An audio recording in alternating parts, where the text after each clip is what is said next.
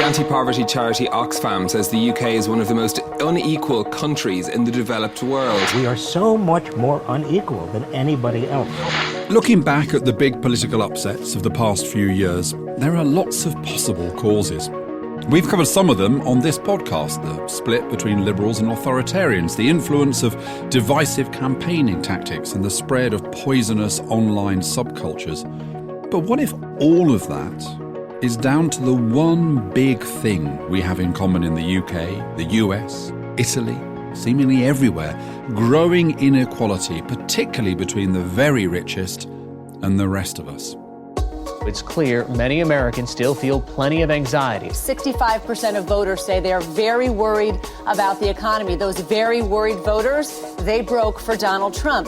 Economic anxiety. This is not, in fact, about economic anxiety.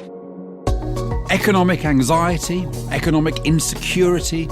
These are the phrases commentators use to explain why people voted for Donald Trump, voted for Brexit. But what does that really mean? For people that have always had privilege, equality can feel like oppression. And has wider anxiety about wealth and about status, has it corrupted the core of our culture? Keeping up with the Joneses has literally become keeping up with the Kardashians. You're listening to Polarised, the podcast from the RSA that's all about trying to understand the forces driving us further apart and what can be done about them. It's presented by Matthew Taylor and by Ian Leslie. That's me. As always, this podcast isn't about orchestrating an argument between people with opposing views, but it's about understanding the polarising political moment that we're living through right now. In this episode, we're asking, are economic divides to blame for everything else that's broken in our politics?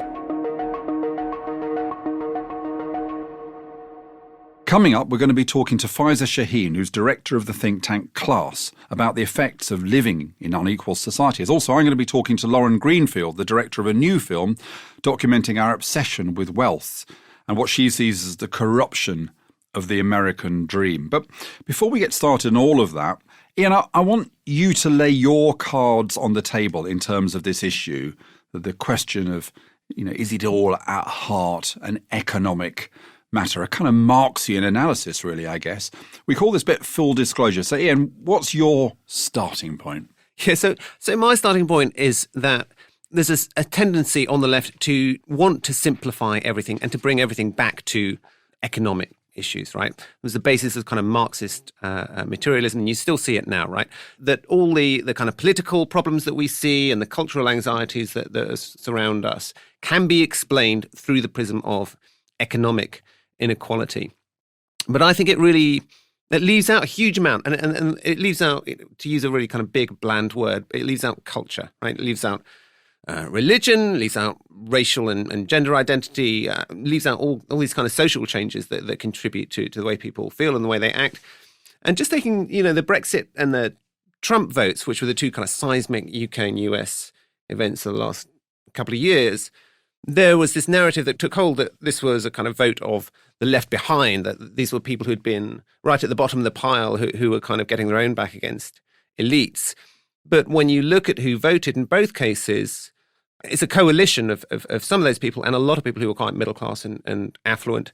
So where the Leave vote really piled up was actually in the home counties, right? Some of the most affluent parts of the country, you saw the kind of the highest Leave. So there's 68% Brexit support in Rayleigh and Wickford in South Essex, one of the most affluent constituencies in the UK. And there was a recent report from UCL, it was 2017, but a very kind of comprehensive look at the reasons behind the Leave and Remain votes, which concluded that social status, not social class, predicts Brexit support, right? So in their words, our results don't support the left behind narrative, but show a strong cultural dimension. Now, so I think we're going to have a healthy disagreement. Of course, we're not going to polarise because that would rather destroy the point of the entire programme. But I think we are going to have a disagreement about this because I think that what you're missing this is that there are always two steps to the argument. It isn't the case, I don't think, that as it were sheer metrical inequality, the Gini coefficient, the level of inequality by itself leads to particular outcomes like voting patterns or higher levels of social pathologies like suicide or mental health or whatever. I think there are steps in between, but I still think you can trace the importance of economic factors. So let me give you a couple of examples of what I mean. We know that economic insecurity is very high in this country. And the RSA's done work that shows that actually a lot of people on above average earnings, maybe living in that constituency in Essex, say they suffer from economic insecurity. I would argue that economic insecurity is worse in more unequal societies because the penalty for going down, for downward social mobility, is higher. Whereas in more egalitarian societies, it's not so frightening. The possibility that you might lose your job or your status isn't so frightening because there's a stronger citizenship entitlement. And at the same time, I'd say that whilst you're right, that, religion and belief and culture, these things are all important. I would say that those differences are exacerbated by economic inequality. So, I might find it irritating that you don't have the same religion as me, the same beliefs as me, the same football club as me, but I can I can cope with that, but I can't cope with it in a society where there is an underlying sense of profound injustice. Yeah, I think they all play into each other. So I'm not trying to choose one or the other. But what I see often, though, is that people want to place economic inequality at the root of all this, and everything kind of grows out. I think it's a component, like you say, and exacerbates other things, but those things also exacerbate economic inequality. And I don't think it's just about insecurity either. So there's a study of Trump voters who switched from Obama to Trump from 2012 to 2016. And she found that there was no change in their feelings about economic risk. They didn't feel like they were at risk economically. What they felt was their dominant status as white male Christians was at risk, right? That is a cultural problem. And it's about racial and social identity. Well, and I'm sure it plays into economics, but economics is not the answer. We're about to explore this a bit further. But I just want to ask you one last question before we talk to our guest, Faiza Shaheen, which is, you have admitted to the world that you're involved in the world of advertising, which is... I have confessed to that. Which is big of you. Yeah. I heard someone speak soon after Brexit. I can't remember her name. It was very interesting. She said that, and what interests me is why we started talking more about inequality. Why does it seem people care about it more? Because what she was saying was that there'd been a shift in advertising, a little bit of a shift from advertising based upon the idea that if you buy this good, you will differentiate yourself from everybody else. It'll make you different, to a bit more advertising that's about people doing stuff together, about the fact that products, whether it's McDonald's or supermarkets, actually make community stronger. I loved that idea. Is it any truth to it, do you think? Yeah, I think there is quite a lot of truth to that. If you look at the way, say, Nike has developed over the years, right? It used to be the focus of the brand was on aspirational athletics, right? So you would get Michael Jordan, you get sports stars, and you say, look at these are the gods of this world. You can be a little bit more like them if you try the brand.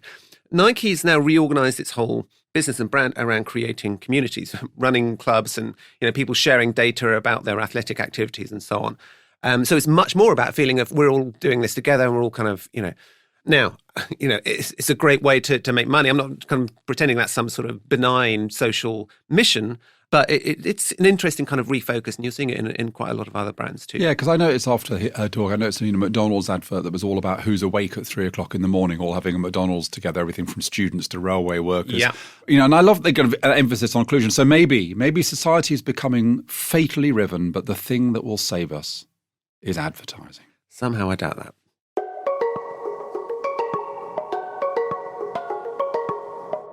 Joining us to talk about all things inequality and economic anxiety is the economist, commentator and activist Faiza Shaheen. Faiza is the director of the Centre for Labour and Social Studies. I don't know, Faiza, did you call it that in order that you could get to the acronym CLASS? Yes, I wasn't involved in making up the name, but I do believe there was an element of fitting in the words with the acronym. See, people think, lefties and sociologists have got no creativity, but that's brilliant. Centre for Labour and Social Studies, CLASS. You need to work on the RSA because RSA is not... No, it's not great, and also people think we're an insurance company. Right. Faiza, you've spent your career researching and campaigning on inequality. So just let's start off by why that? Why is that the issue you've dedicated your career to so far? I mean, I think from a really young age, I became aware of sort of race inequalities and race politics through my father, who would get constantly stopped by the police. He was this big, dark Fijian man. And, and he always used to say that, like, you'd talk about racism, you'd talk about Muhammad Ali, you'd talk about Malcolm X. And so, a lot of that came from him. And then I had this mad experience of, my dad was a car mechanic growing up in a very working class household and neighborhoods, and then getting into the University of Oxford and seeing this extreme privilege and this extreme sense of entitlement and extreme wealth. Coming up to the first Christmas, I would go home and work and everyone else was going skiing. And it just kind of really alerted me to how unequal this country was, which often you don't feel when you live in your neighborhood.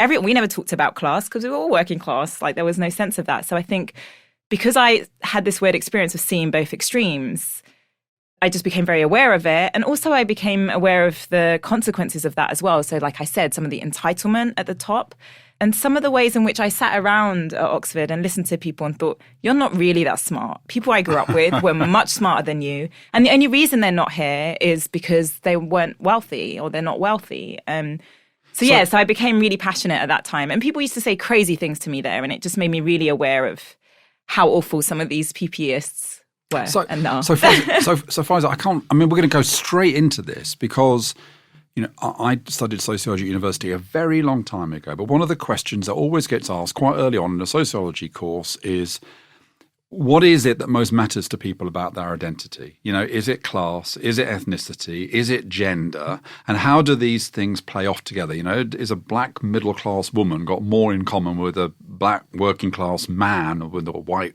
middle-class woman? And I think Ian wants to kind of say the things that polarizes aren't just down to economic factors. So you've lived through those kind of multiple disadvantages. How do they kind of interrelate to each other in your view? Yeah, I think we make these really false distinctions and false arguments about, is it this or that? And actually, it's the intersections, it's the combination of those things. So absolutely, going back to the example of Oxford, there was some rich Pakistanis there.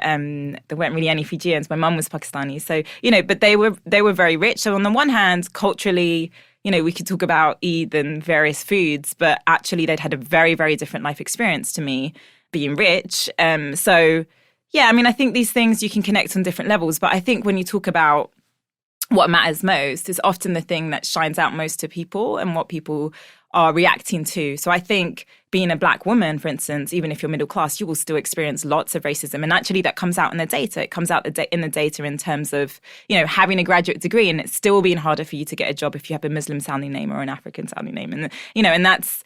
But your organisation's called... Sorry to interrupt, but your own organisation's called Class.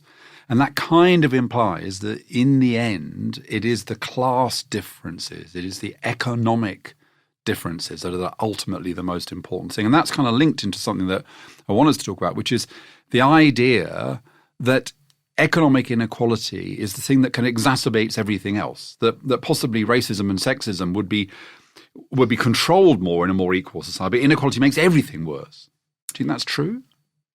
Yeah, no, I do think that inequality makes everything worse. The reason we're called Class is because for a long time we'd forgotten about talking about class. It was this weird thing that happened on the night of Brexit when Dimbleby suddenly said, oh, it's the working class, as if the BBC hadn't said that for a long time. We're called Class, but that's not to say that we don't recognise the intersections. And not just the intersections, and this is where sort of the economic and the social comes together. So I'm an economist by training. I've done lots of work on economic inequality, wealth and income inequality.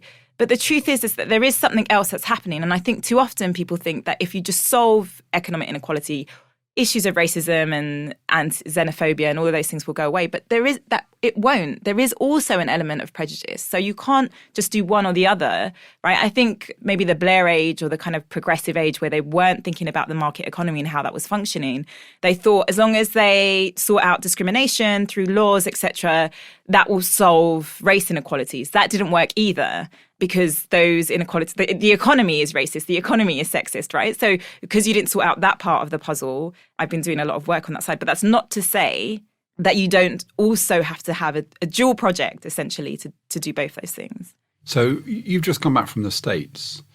And Ian was saying earlier that if you look at the Trump data, it doesn't look as though it's about poverty or even economic insecurity, it looks more like it's about a loss of white people's sense of a loss of entitlement. What's your reflection on that? What was the polarizing factor in the States, inequality or race? So it's definitely both. I mean, I would say, so I've just been with a whole bunch of black activists talking about this very issue. And yeah, they're very clear that this is what has been termed as a white lash as well, right? So for people that have always had privilege, equality can feel like oppression. But we have heightened awareness of the issue of economic inequality, and that has made people angry. But I do think part of it is that they haven't known where to put that anger. And the thing that's happened at the same time is that we've had continuous narratives of it's the immigrants, it's the black people, they're scroungers, so whilst economic inequality and awareness of that you would have hoped to have led us to a place where people want more socialism, say, in other ways, it's because it has been coupled with a project of hate and fear, it's also led people to this place where they blaming people that look a bit different to them or sound a bit different to them. And I think, to a certain extent, we're all part of an experiment here. Very few societies are as diverse as the UK or the US. And cultural diversity and living through change, these things are not easy, right? If you wanted a kind of like totally cohesive society where nobody was worried about anybody else's status, then you would also have a very kind of stagnant society where nothing much changed. So I just think these are really hard problems, and it's hard to just say, we can fix this if we fix the economic problems, because I think they just kind of get them. These are much deeper and wider issues to do with how do we create a society that basically nobody's ever done this before in the great kind of span of history. And you can so when people point to the Scandinavian countries and they say, well, look, they've got lower inequality, and you say, yeah, but and a kind of bigger welfare state and so on, higher trust. But also they're much more culturally and racially homogenous than the UK. And if you are, proud and you love diversity, using that as a model is not something necessary to aspire to. Yeah, I mean, I just want to go back to something in the way that you've just said it in terms of the links between inequality and cultural diversity. And look, the big thing we haven't done in this country nor in the US is had a reckoning about this country's past. So we have complete empire amnesia in this country, just in the way that there hasn't been a real reckoning, an understanding of the way in which slavery and black people are the basis of the economic foundation of the country of the US, free labor, right?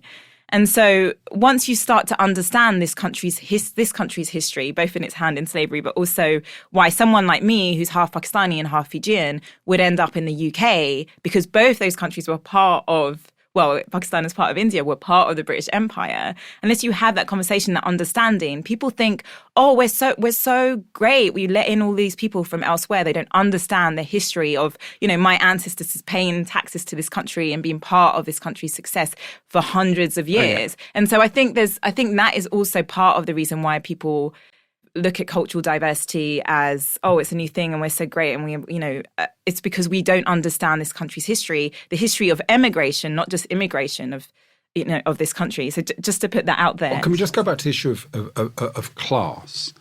So it is interesting that attitudes seem to have changed in the last few years, although actually inequality, as I'm sure you know because you're an economist, has been pretty stable for the last kind of 15 or so years. What happened was a kind of massive increase in inequality through the kind of 80s and the early part of the 90s. And then under Labour, you get a kind of stabilisation, but you don't get any kind of meaningful reduction. And this is where measures of inequality have been completely wrong. So you've spoken there, Matthew, about how we've seen a sort of stagnation of inequality. So that's true. We had, according to one measure, the Gini coefficient, we had this incredible increase in the 80s of inequality. What we've seen in the last sort of 15, 20 years is the extremes. So under Blair, we didn't see the bottom fall out, but we did see the runaway rich. The rich just got so much richer than everyone else.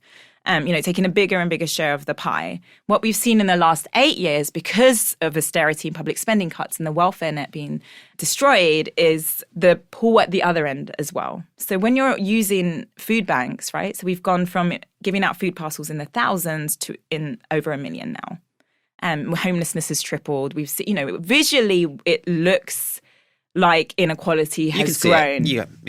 And so that kind of data and that kind of framing of the question where inequality hasn't grown does not speak to people and actually makes people angry because they're like, what are you talking about? I can see it. I can see it on the streets. I can see it even if it's not in my own life. The conversations I have about inequality now with the everyday person are much more animated. People feel it much more. They know it exists. But again, it goes back to when you're angry about it, have we given them enough to say, well, this is what we do about it? Or do you go back to going, well, you know what it is? It's because we had all of this immigration. Faiza, thanks so much for joining us. I think what I've got out of this conversation is that something can be very important, very big. Doesn't mean it's simple, though. That it is also, in understanding inequality, it's a complex picture. But if people want to hear from you, and I'm guessing that having had this conversation they will, I hear you've got a podcast too? We did have a 3-part podcast on class that you can find on our website. And yeah, it goes into some of these things in real depth. And there's a funny conversation with my brother, sister and I. Great. I will certainly listen to that. Thanks for joining us. Thank you.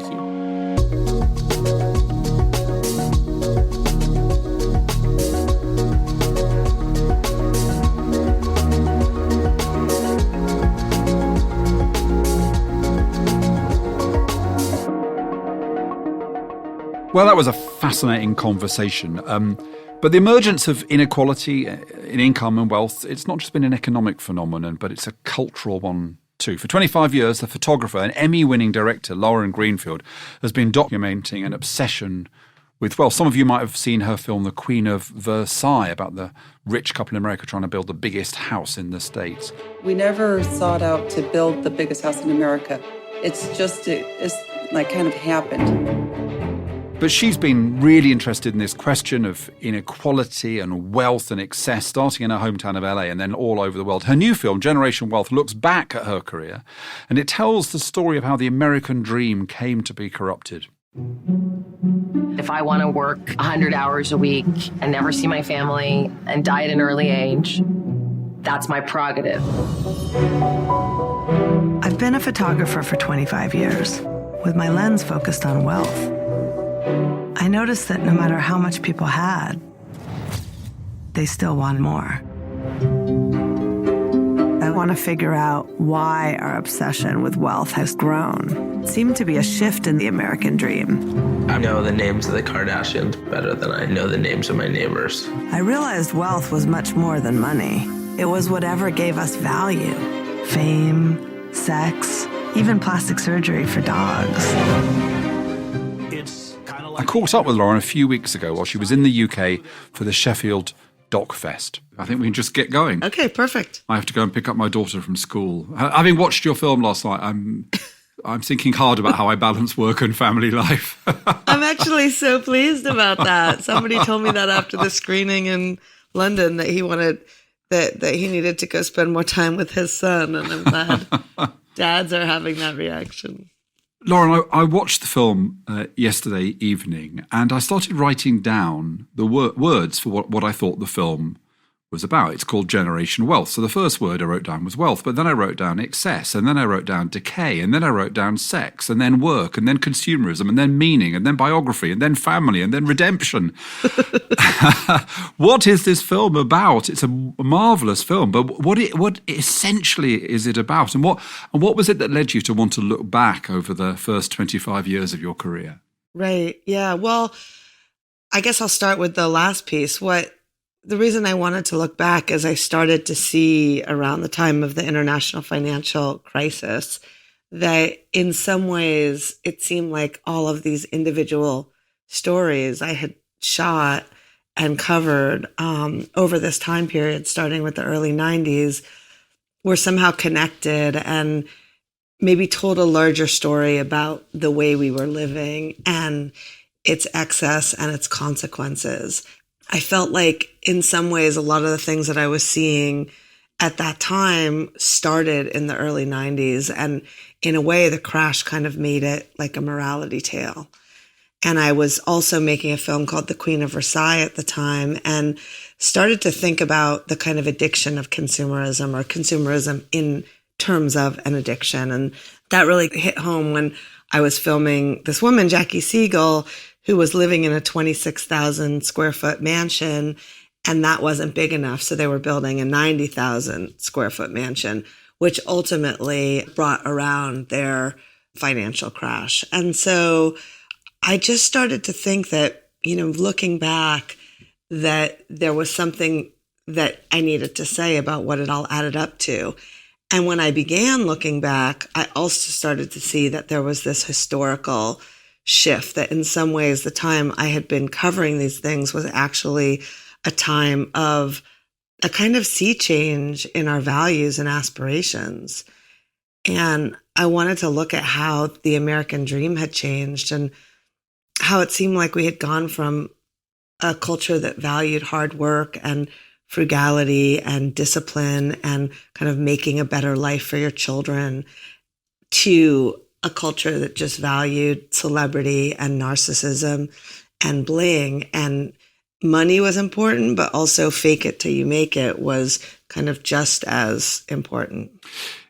It was a fascinating coincidence for me that I watched your film in the same week as I chaired an event here at the RSA with Kate Pickett and Richard Wilkinson, who've published a book called The Inner Level. And this is a book about why it is that unequal societies suffer from higher levels of various social pathologies, mental illness and crime. And they argue it's because inequality and the anxieties that it generates about social status are fundamentally corrosive to our well-being. I mean, it feels like there's a real resonance between their very detailed statistical analysis and the powerful images and words in your film. Yeah, I mean, that makes perfect sense. I ended up feeling like in the film and with the subjects in the film that everybody kind of had this hole that they were trying to fill, either with things or with achieving the perfect body or money or fame or whatever that was. And that hole was more of a psychological one. And so it never was filled. There's a very poignant moment in the film where there's a film of Donald Trump speaking at a rally, and we see that sitting behind him is the married couple that you featured in The Queen of Versailles, those people who had that riches to rags story. They lost everything. I guess they're not blaming the consumerist system, are they? They're blaming something very different. So whilst you show great sympathy for the people that you show in the film, my sense is that those people themselves will choose different targets for their anger.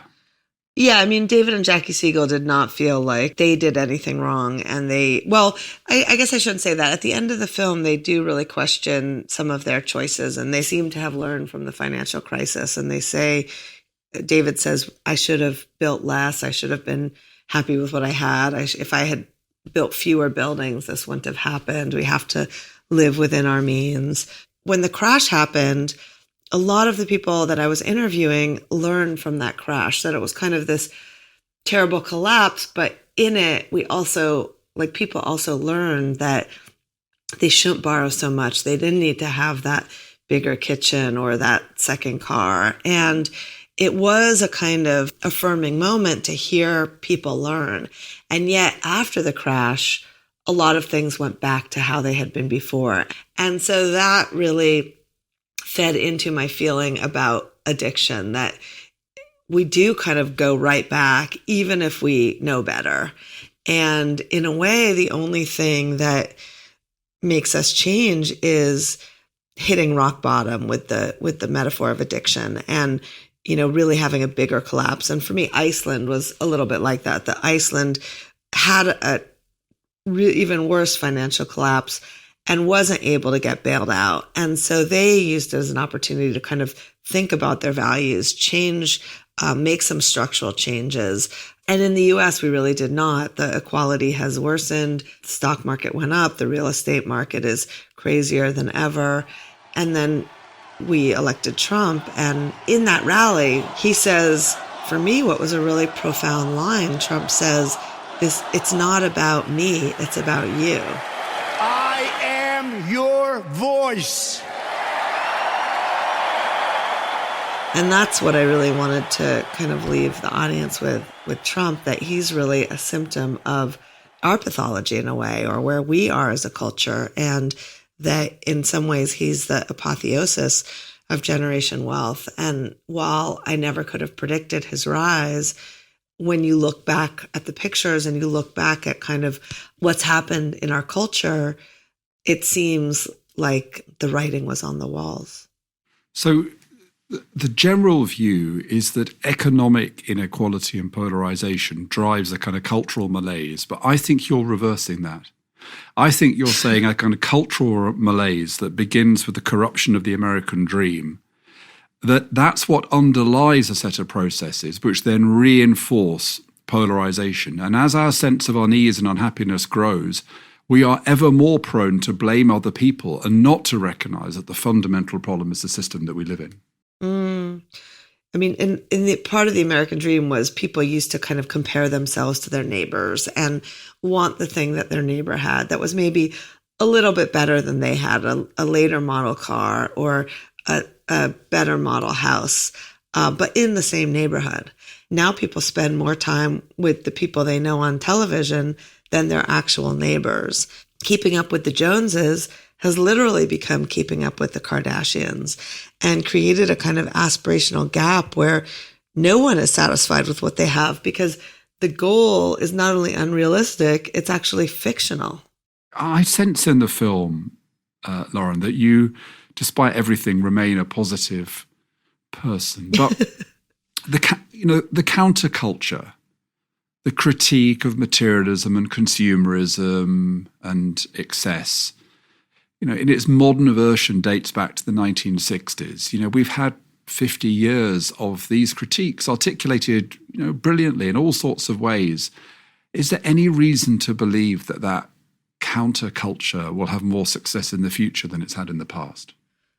I'm not sure the counterculture is the answer either. I mean, I think what I tried to show is that we're all complicit, and that it's kind of part of human nature to kind of have the urges that we do within the system that we're in.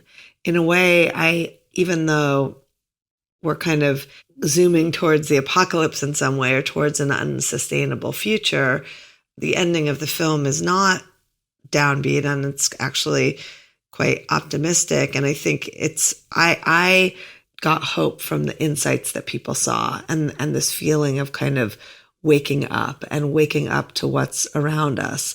The people waking up were not, hippies or protesters, but they're, the banker and the porn star and the mother of the beauty pageant girl and me. And, everybody kind of has their own awakenings. And I think in that there is a feeling of a possibility of change, or a possibility of agency.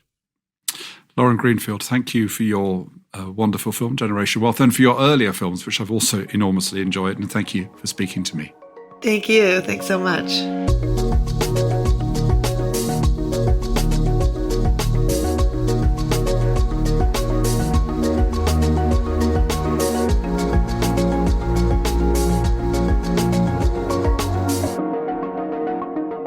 Lauren Greenfield's film, Generation Wealth, is out in cinemas and on demand on the 20th of July. So this has been a fantastic conversation we've had, we're running out of time. So really briefly, let's try to slip in the final bit of the programme, which is the provocation. That's something that you've read that's kind of really fascinated you and that you want to share with me and with the world. So what's your provocation this week? Yeah, so I recently came across this, it's a recent report from the Centre for Social Investigation into why people voted as they did in the Brexit referendum, right? Right, back to Brexit again. I know you all can't get enough of it.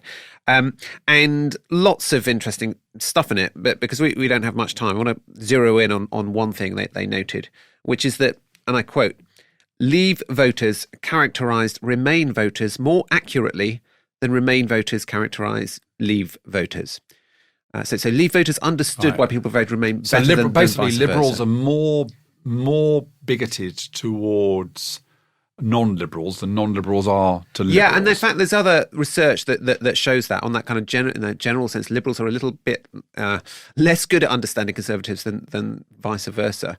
So I just think that's interesting. I'm not totally sure why it is. Well, it reminds me of a brilliant piece of research. It was done about, 15 years ago by a guy called Stephen Coleman.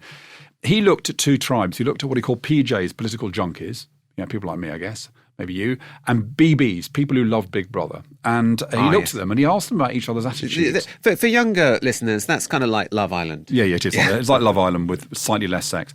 And what was fascinating was that the PJs the Big Brother fans had respect for PJs. They weren't political. They maybe didn't even vote. They didn't understand politics. But they said, well, it's a legitimate thing. People are into what they're into. They're into what they're into, and I guess it's important, and we should defer to their knowledge. The PJs despised the Big Brother fans. They thought they were stupid, ridiculous. And so this kind of notion that when it boils down to it, liberals are bigoted towards non-liberals, that's something we've got to talk about again. And I think it hurts liberals in the end, people on the left in the end, because they're less good at understanding their opponent. We need to get a conservative here and ask why it is we don't understand him or her. Anyway, that's it for this episode. If you're enjoying this podcast, please tell us what you think. Leave a review in your podcast app. You can find us on Twitter. Ian is at Mr. Ian Leslie. I'm RSA Matthew. Polarised was presented by Ian Leslie, by me, Matthew Taylor. The producer was James Shield, with production help from Jade Voles at Sheffield Doc Fest. And the whole thing was brought to you by the RSA.